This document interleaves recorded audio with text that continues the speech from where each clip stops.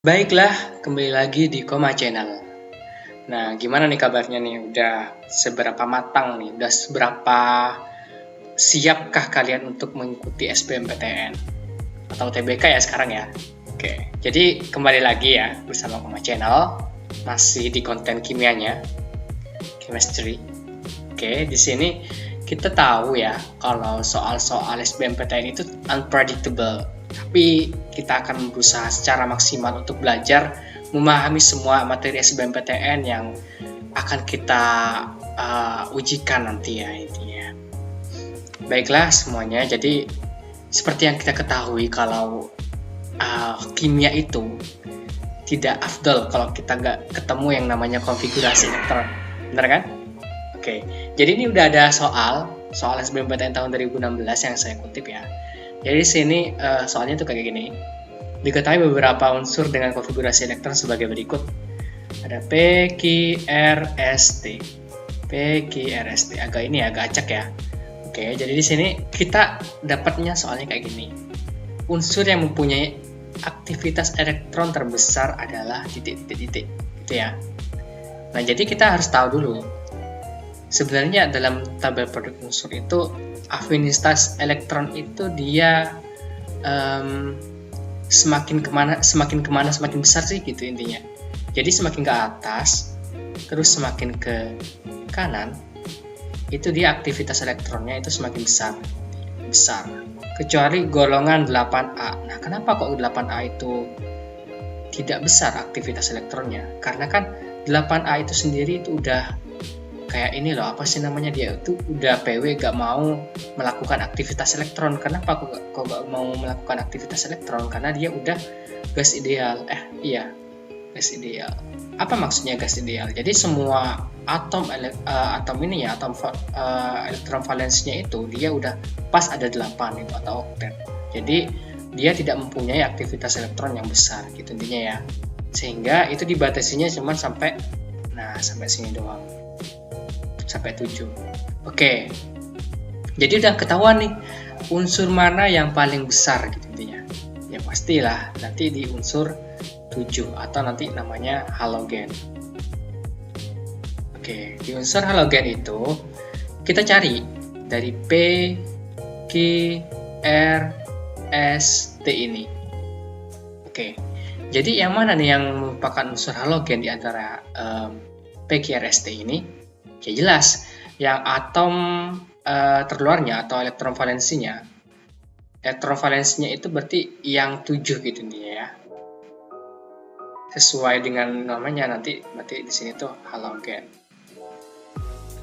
Oke, jadi jawabannya adalah T. Oke, berikutnya diberikan data tahapan energi ionisasi suatu unsur X kilojoule per mol. Oke, jadi itu ada yang namanya kemampuan energi ionisasi. Jadi dalam suatu atom, anggaplah ini inti atom ya, ada proton, ada neutron, itu ya intinya.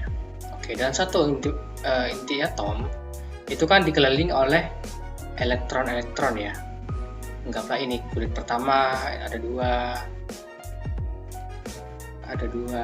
terus yang di kulit kedua itu ada misalkan ada 5, 1, 2, 3, 4, 5. Nah, dalam satu elektron itu yang dinamakan energi ionisasi adalah kemampuan untuk melepas satu elektron. Jadi itu elektronnya dilepas gitu. Nah, semakin banyak elektron yang dilepas, maka energi ionisasi yang dibutuhkan itu juga semakin besar ya kan? Bener gak? Jadi kalau misalkan nanti udah kelepas 5-5-nya, ini dilepas juga. Maka kalau dia mau melepas yang di dalam, itu butuh energi ionisasi yang besar. Pokoknya besarnya itu signifikan gitu intinya.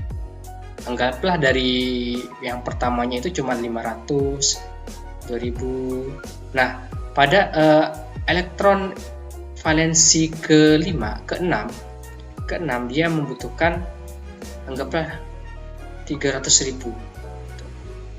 Maka nanti ini udah ketahuan bahwa si elektronnya itu valensinya itu cuma ada 5. Artinya ke-6 ini kan udah tinggi, berarti elektron valensinya itu 5, itu intinya. Oke, sehingga dari soal-soal yang ada di sini, ini kan ada tahapan data tahapan energinisasi nih. Jadi kita cukup cari yang lonjakannya itu besar gitu intinya. 578 ke 1820 ini kan nggak terlalu besar ya. Ke sini juga nggak terlalu besar. Nah ke sini, nah ini kan kayak lonjakannya itu tinggi gitu, signifikan gitu intinya. Maka udah jelas nih elektron valensinya itu ada 3, 1, 2, 3 gitu. Nah ini elektron valensinya. Jadi ini energi ionisasi yang dibutuhkan untuk melepas 3 elektron ini tidak cukup besar gitu. Agak kecil gitu aja lah ya. Sehingga ini merupakan elektron valensi. Jadi si X-nya itu dia punya 3 elektron valensi. Kalau aku tulis di struktur Lewisnya berarti nanti kayak gini. 1, 2, 3. Nah gitu teman-teman ya. Jadi jawabannya yang mana nih? Termasuk golongan 4A. Salah ya. Kan udah jelas nih kalau elektron valensinya itu ada 3, berarti ini masuknya ke golongan 3. Entah itu mau masuk ke golongan 3A atau mungkin nanti ke 3B dan seterusnya gitu. Cuma kan kalau 3B, kalau yang transis itu ada ini ya, ada syarat-syaratnya itu ya S plus D kalau nggak salah. Oke. Kemudian formula ion X-nya itu X2+. Nah udah jelas di sini kan cuma ada 3, berarti dia energi ionisasinya cuma +3 sampai +3 aja gitu intinya ya. Berarti otomatis nggak mungkin jawabannya B gitu. Nggak mungkin. Jawabannya C, apakah benar? Dapat membentuk senyawa X2O3. Jadi kan O itu dia punya 6 elektron valensi gitu ya. Atau kalau kita tulis ini aja deh, 2 gitu ya. Karena dia membutuhkan 2 untuk untuk menjadi oktet gitu. Oktet. Nah, sedangkan untuk yang X itu kan dia +3 untuk menjadi oktet. Nah, gimana caranya biar ini make sense? Biar ini itu gabung? Berarti otomatis kita cukup bikinnya kayak gini aja. X-nya dia akan butuh 2, terus O-nya butuhnya 3 gitu. Intinya ngikutin dari ininya, dari lambangnya aja, nanti dikalikan silang gitu.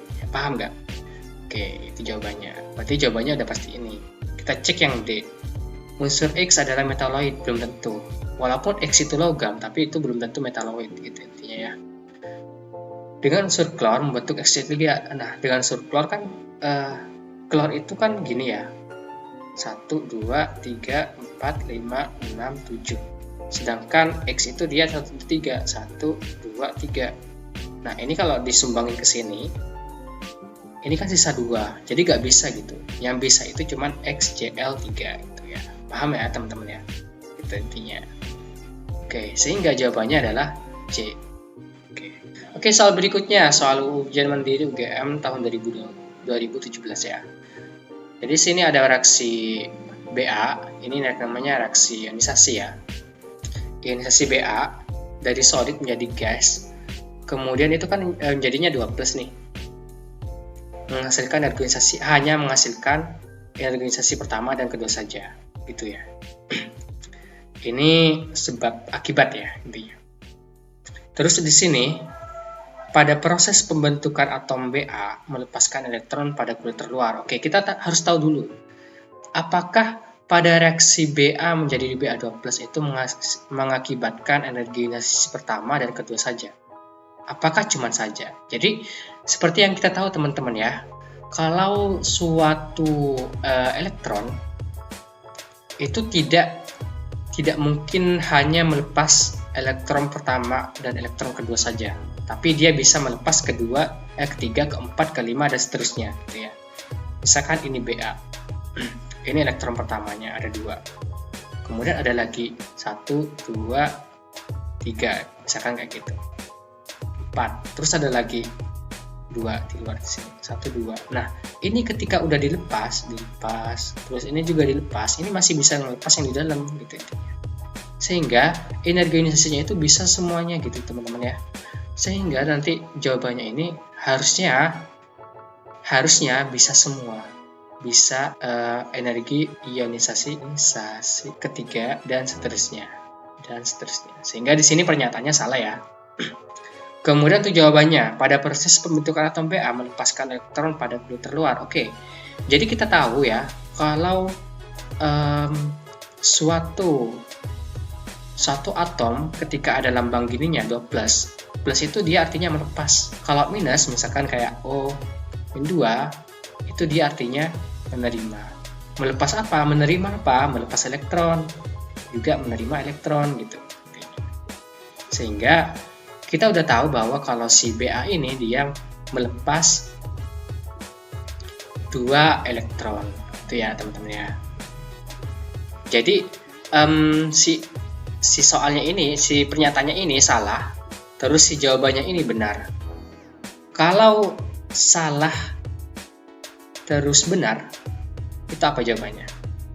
Ya benar, jawabannya D. Oke, jadi bagian D kan ya, kalau itu dia pernyataannya benar, alasannya benar, dan ini saling berhubungan. Kalau yang B itu dia benar, terus alasannya benar, ini tidak saling berhubungan. Kalau C itu dia pernyataannya benar, alasannya salah. Kalau ini dia pernyataannya salah, jawabannya benar. Kalau yang E sama-sama salah gitu ya. Paham ya? Sehingga jawabannya D, ya benar. Thank you.